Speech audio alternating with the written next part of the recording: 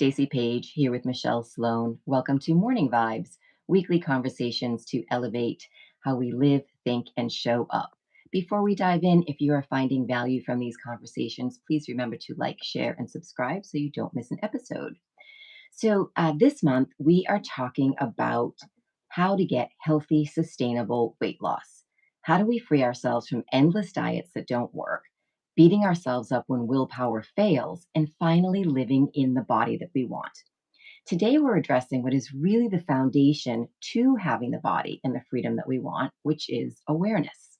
Good morning, Michelle. Good morning, Stacy.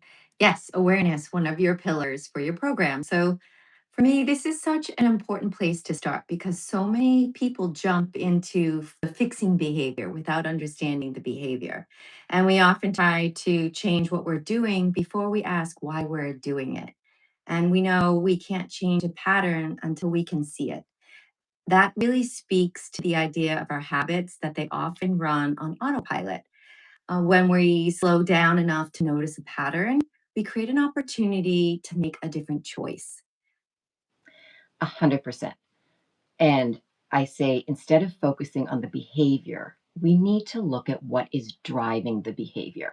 So often, as you said, when people want to make a change, they focus on the visible behavior. Stop eating junk food, stop emotional eating, be more disciplined, have more willpower. But the behavior is typically the last stop in the chain, it's not the beginning. And I think it's important to remember that behaviors actually serve a purpose, right? So, food might be helping us to soothe stress or create comfort, numb difficult emotions, stay awake when we're depleted. So, I find it's really valuable instead of asking, why do I keep doing this? As we talk about awareness, because these patterns are on autopilot, try asking instead, what is this behavior doing for me? Because once we understand the need underneath the behavior, we can start meeting that need in other ways, ways that serve us, which again all begins in awareness of the behavior and then looking to find what's actually driving the behavior. Yes.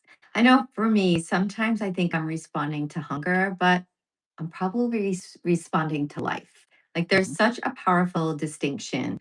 And there's that difference, of course, between physical hunger and emotional hunger. Like sometimes the craving isn't about food, it's about seeking calm or distraction. Um, and I know that the trigger is feeling uncomfortable or feeling uncomfortable feelings. That could be stress of an email or exhaustion, and the reaction can be grabbing food. So that opens up that deeper conversation about the space between trigger and response, because awareness gives us that pause where we can ask, what am I actually feeling right now? Am I nourishing my body, or I'm trying to soothe an emotion? Because awareness is not just about noticing, it's also about actions. It's noticing the thoughts and the feelings. Yep. And that pause that you just mentioned in awareness, that's the opportunity, right? So the Mhm. trigger, the stressful email, the uncomfortable feeling, the knowing that you've got a conversation upcoming with somebody, uh, the behavior, grabbing the chips, grabbing the cookies, whatever it is, that unconscious behavior, it's unconscious until we choose to stay in awareness. And that awareness in that pause, it's not to beat ourselves up, it's not to judge ourselves. It's really just to recognize what's happening and bring those patterns to light. And we remember that it's information for us. So it becomes, Mhm. oh, here's that uncomfortable feeling. Here's that anxiety I have about this conversation that's coming in. I'm looking to erase it with food. And we'll talk later this month about what to do instead, like with that uncomfortable feeling or the stressful email or whatever we're anticipating that's creating anxiety in us. But the first step is that awareness. Yeah. And I know many people are already aware of their struggles, but I think when they approach themselves with criticism or shame, that's where the downward spiral can happen. And they might need a program like this, because real change happens when awareness becomes a place of curiosity instead of punishment. So, Stacey, I know your message is so powerful because you're saying it's not that people know what they don't know what to do, it's that something deeper is in the way.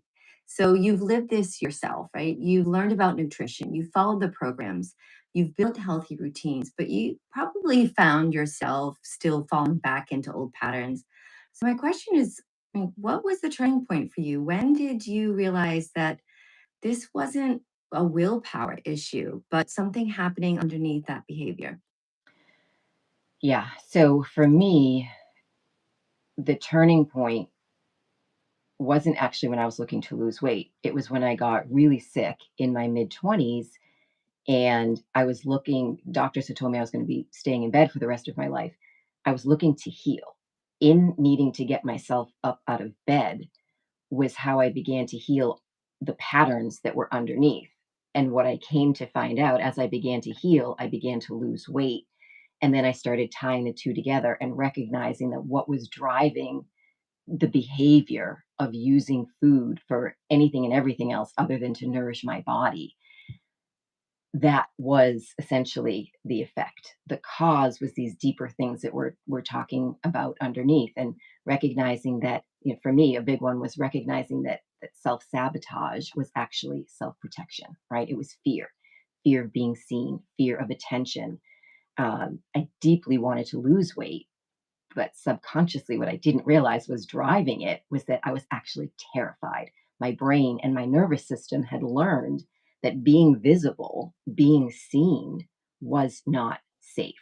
So that was where I learned how awareness is so important. And when we heal the roots that are driving the behavior versus working on willpower and harsh disciplines, of course, we do have to learn the basics of nutrition and movement, but when it goes beyond that,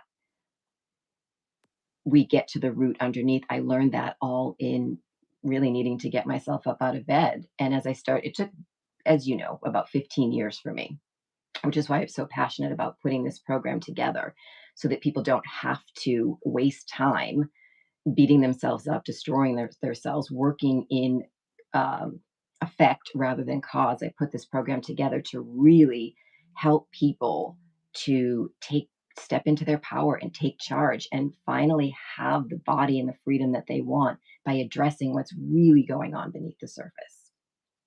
Amazing. And it's such an awesome program. So, anybody who's looking to learn more about the program, they can do so on stacypage.com.